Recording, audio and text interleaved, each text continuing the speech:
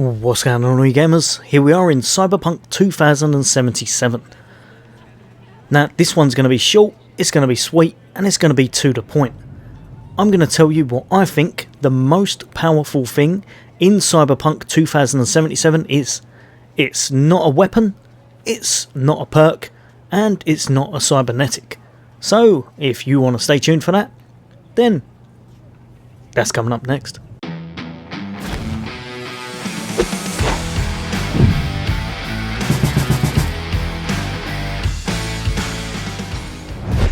Welcome back, all you guys and girls. So yeah, some of you are intrigued and some of you may well unsubscribe after this, because I am not going to go out and tell you where to get the best thing in the game. I'm going to tell you something that is a feature in the game that I believe is the most powerful thing in the game that can help you in pretty much every situation. And if you want to know what that is, it's pretty much this right here. You've all got it, you don't have to do anything to unlock it. You've got it from the start. Press your select button, save your game, and load your game. The save and the reload button in this is definitely the most powerful thing in game. Now, a lot of you have probably just left now, that's fine, but for anyone who is wondering why I believe that, it's simply this. This whole game is RNG. But it is with multiple choice options as well.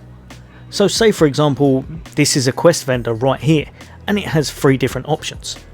You could quite easily save beforehand and check to see what the 3 outcomes will be.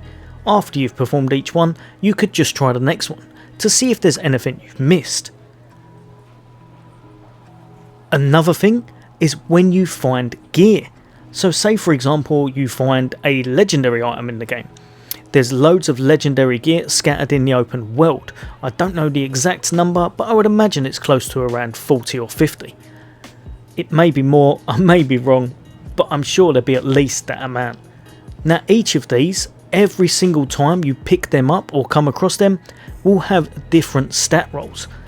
Now as far as I'm aware, I believe they can have higher armor, they can have different mod slots, so between 1 to 4, I think I've even found one with 0, and they all can roll with different mods in those mod slots. I've had it before where I have legendary free mods in them, I've had it before where I have absolutely trash or none. If you save before picking up those items, when you go back to there, so say you reload, so don't pick it up, don't save over what you've just done, look at the item, if you didn't want it, you reload and go back to that exact spot, it will be a different variant. It will be the same thing, but it will have slightly different stat rolls as such. It works out in your favour to use that save and to use that load whenever you can. Another really amazing thing to use it for would be something such as this. So if I press start and I go to my crafting,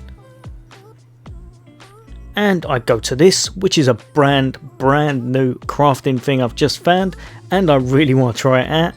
It's the Comrade's Hammer. Now I'll chuck that top right just in case any of you want to know how to get this, but if you have a little look, I have saved just before doing anything.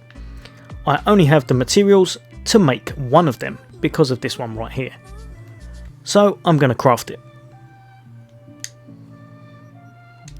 I am now going to look at it.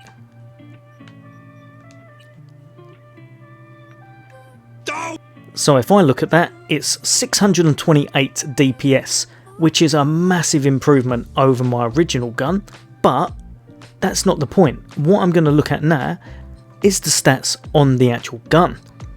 So this one has thermal damage, crit damage, which is absolutely beast mode, 107% crit damage, 6% burn chance, and 4 headshot damage multiplier.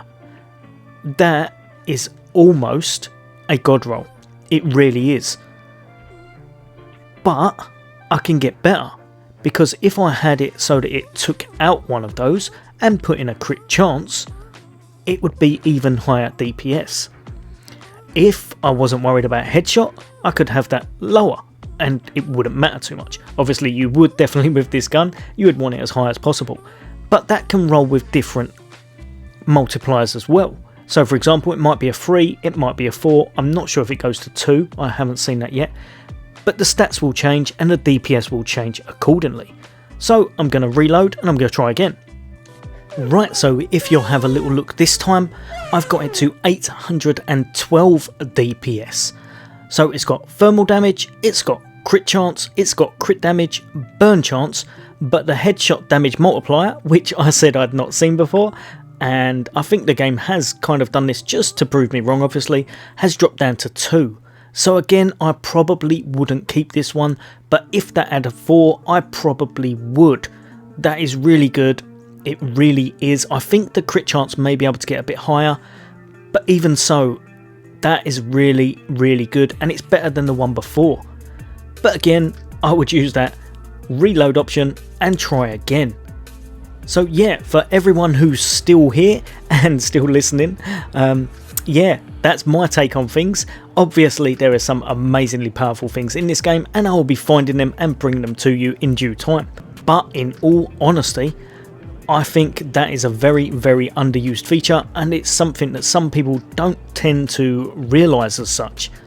Rather than doing 20, 30, 40 different crafts of things, rather than botching up a mission, use the saves, use the reloads and get a much better outcome for what you want. Right guys and girls, I hope that's helped a few of you out, and some of you are probably like, I don't know this, why is he telling us stupid stuff, but other people may not. So I hope it's helped a few people. As always, if you'd like to become part of the Sofa Squad for all things gaming, for all things Xbox, and for a lot more cyberpunk and all the future releases of great games coming up, then hit that subscribe and bell icon. As always, take care, I'll see you on the next day.